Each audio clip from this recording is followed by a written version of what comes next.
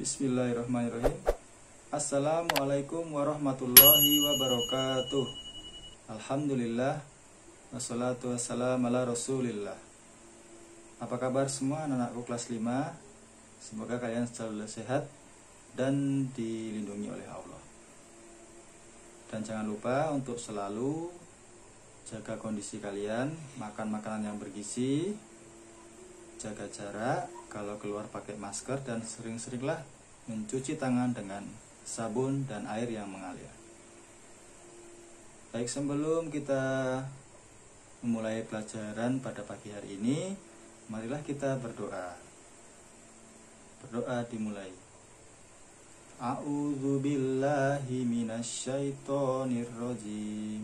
Bismillahirrahmanirrahim. Rabbi shrah li sadri wa yassir li amri wahlul 'uqdatam min lisani yafqahu qawli. Rabbi zidni ilma warzuqni fahma.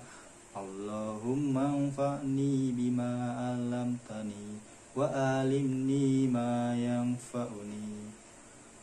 Amin ya rabbal alamin. Semoga keberkahan selalu menyertai kita dan dimudahkan dalam memahami pelajaran. Selanjutnya mohon disiapkan buku dan alat tulisnya untuk mencatat hal-hal yang penting dan posisikan anak-anak selalu dalam kondisi yang nyaman untuk belajar. Baik, mari kita langsung saja simak video selanjutnya. Baik anak-anakku sekalian yang Pak Hangga cintai karena Allah Azza wa Jal, kita langsung ke materi alat gerak hewan. Pada pembahasan kali ini, tujuan pembelajarannya adalah diharapkan anak-anak mampu menjelaskan apa itu alat gerak dan fungsinya pada hewan. Di sini ada dalil dari Al-Quran, Quran Surat An-Nur ayat yang 45.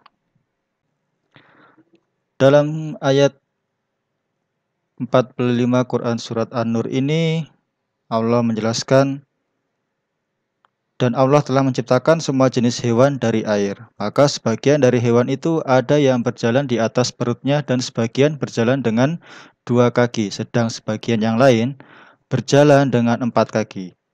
Allah menciptakan apa yang dikehendakinya. Sesungguhnya Allah Maha Kuasa atas segala sesuatu. Jadi, Allah itu menciptakan semua jenis hewan dari air. Para ulama atau ilmuwan berpendapat maksud dari semua jenis hewan dari air karena hewan itu sangat tergantung dengan air atau komposisi dalam tubuhnya itu kebanyakan tersusun dari zat yang berupa cairan. Hal ini sudah Allah jelaskan 1400 tahun yang lalu. Dan ini menjadi patokan para ilmuwan. Dan ini terbukti bahwa Al-Quran itu adalah sebuah kebenaran yang mutlak. Jadi dapat dijadikan dalil dalam semua ilmu pengetahuan bahkan kehidupan. Nah, sekarang dalam pembahasan apa itu bergerak? Ada yang tahu? Nah, ini ada gambar hewan yang sedang melangkahkan alat geraknya ya. Ya. Bergerak adalah berpindah tempat atau perubahan posisi sebagian atau seluruh tubuh pada makhluk hidup. Kapan makhluk hidup itu bergerak? Makhluk hidup akan bergerak apabila ada rangsangan atau sentuhan yang mengenai sebagian atau seluruh tubuhnya. Makhluk hidup menggunakan organ gerak untuk berjalan, berlari, melompat, memanjat, berenang, dan lain-lain. Baik, kita akan jelaskan lebih rinci kelompok makhluk hidup atau hewan berupa burung. Apa saja yang menjadi alat geraknya? Nah, kita lihat pada gambar ini atau video GIF ini ada burung yang sedang mengepakkan sayapnya ya. Nah, burung itu dapat terbang di udara dengan cara mengepakkan sayapnya. Sedangkan kaki pada burung berfungsi untuk berjalan, hinggap, dan bertengger, atau bahkan untuk menangkap mangsanya. Jadi burung ada yang menerkam atau memangsa dengan memanfaatkan kakinya. Seperti burung elang menangkap ikan dengan mencengkram kuat kakinya dan kukunya sangat tajam. Dan ada juga jenis burung yang tidak dapat terbang. Apa saja? Ada yang tahu?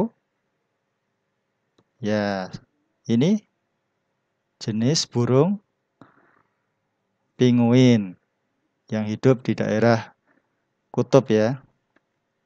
Kemudian di daerah gurun juga ada burung unta. Mereka semua tidak dapat terbang. Kelompok hewan berikutnya adalah ikan.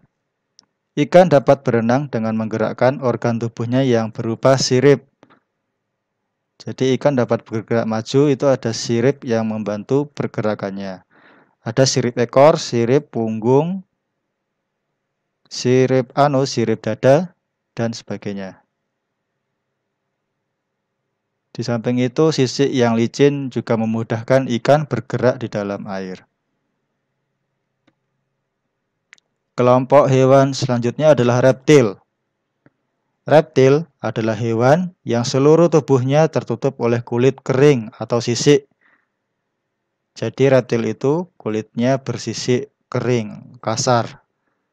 Reptil bernapas dengan paru-paru, serta berkembang biak dengan bertelur. Pada gambar yang paling kiri bawah adalah hewan penyu ya, dia termasuk reptil.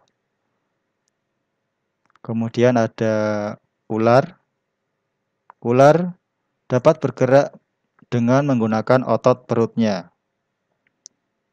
Dan gambar sebelah yang paling kanan adalah hewan, ya betul, hewan komodo yang hanya ada di Indonesia, tepatnya di Pulau Komodo, Nusa Tenggara Timur. Hewan komodo ini bergerak dengan merangkak. Nah, seperti itu untuk reptil. Jadi penyu itu reptil ya, karena dia bernapas dengan paru-paru. Meskipun dia bisa hidup di air, karena dia dibantu organ lain yang bernama gil atau kloaka. Pada dasarnya dia bernapas dengan paru-paru. Begitu juga dengan ular dan komodo. Dia disebut reptil karena memiliki sisik yang kasar. Lanjut, ada amfibi. Nah, ini kadang amfibi bingung antara amfibi sama reptil, banyak yang belum bisa membedakan.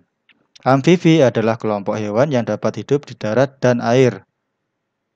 Mereka berkembang biak dengan menyimpan telurnya di air atau tempat yang lembab dan kulitnya halus, berlendir bahkan licin, serta mengalami metamorfosis yang sempurna. Jadi, kata kunci perbedaan yang utama dari amfibi dan reptil, amfibi ini dia mengalami metamorfosis yang sempurna. Pelajaran kelas 4, metamorfosis yang sempurna berarti dia waktu masih dalam bentuk yang baru lahir dan dewasanya itu sangat berbeda sekali bentuknya. Kita ingat pada gambar yang ini ada katak dewasa.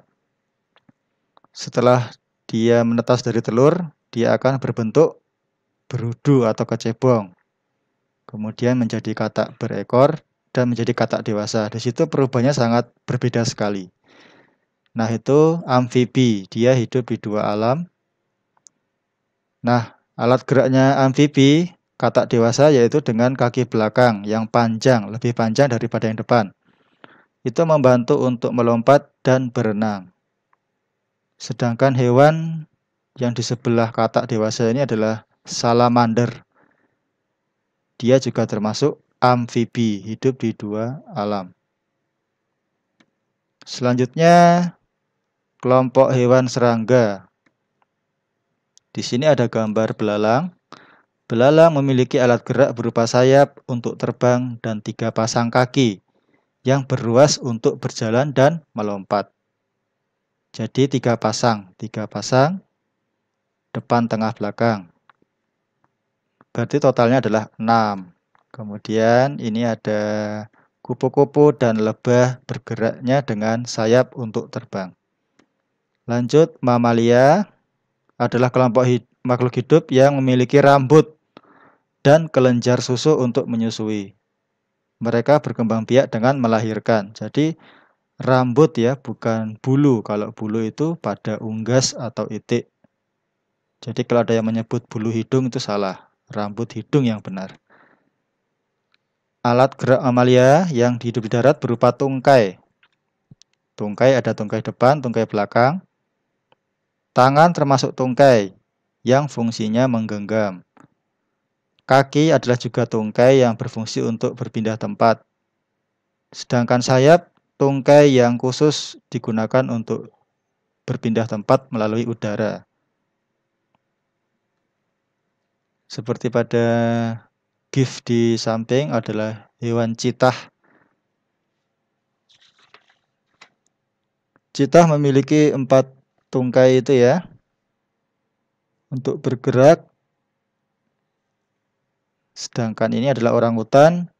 Dia memiliki tungkai depan dan tungkai belakang. Maksudnya tungkai depan yang itu adalah alat gerak yang lebih dekat dengan kepala. Jadi yang dekat dengan kepala itu namanya tungkai depan. Sedangkan tungkai belakang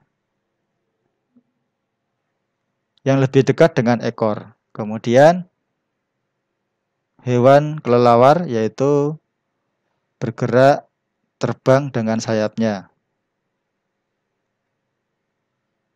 Ada juga mamalia yang hidup di air karena dia memiliki kelenjar susu dan melahirkan, yaitu paus dan lumba-lumba. Bagaimana mereka bergerak? Ya, karena di air mereka menggunakan sirip.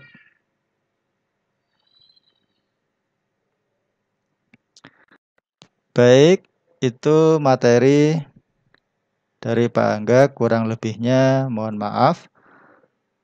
Mari kita tutup dengan doa penutup majelis. Semoga pelajaran kali ini bermanfaat bagi kita semua. Berdoa dimulai, subhanakallahumma wa bihamdika asyhadu alla ilaha illa anta astaghfiruka wa atubu ilaik. Sekian dari Pak Angga. Wassalamualaikum warahmatullahi wabarakatuh.